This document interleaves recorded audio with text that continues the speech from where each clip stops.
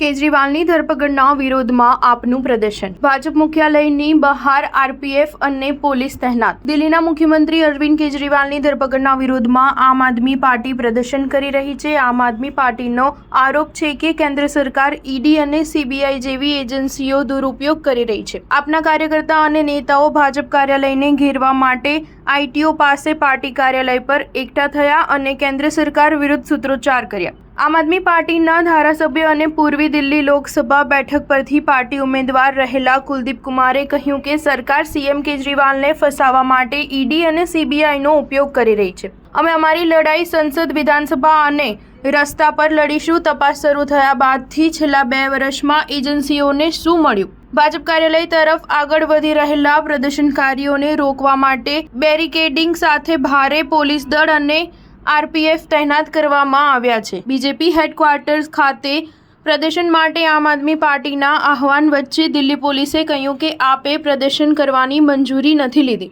પોલીસના એક વરિષ્ઠ અધિકારીએ કહ્યું કે પ્રદર્શનકારીઓને રોકવાની વ્યવસ્થા કરવામાં આવી રહી છે કારણ કે મધ્ય દિલ્હીના દીનદયાળ ઉપાધ્યાય માર્ગ સ્થિત ભાજપ મુખ્યાલય પર કોઈ પણ વિરોધ પ્રદર્શન માટે મંજૂરી લેવામાં નથી આવી. તેમણે કહ્યું કે જરૂર પડી તો પ્રદર્શનકારીઓને કસ્ટડીમાં લેવામાં આવી શકે છે કારણ કે ડીડીયુ માર્ગ પર પહેલાથી જ કલમ 144 લાગુ કરી દેવામાં આવી છે. સ્ટાર ન્યૂઝ 7 હંમેશા સચ્ચાઈની સાથે.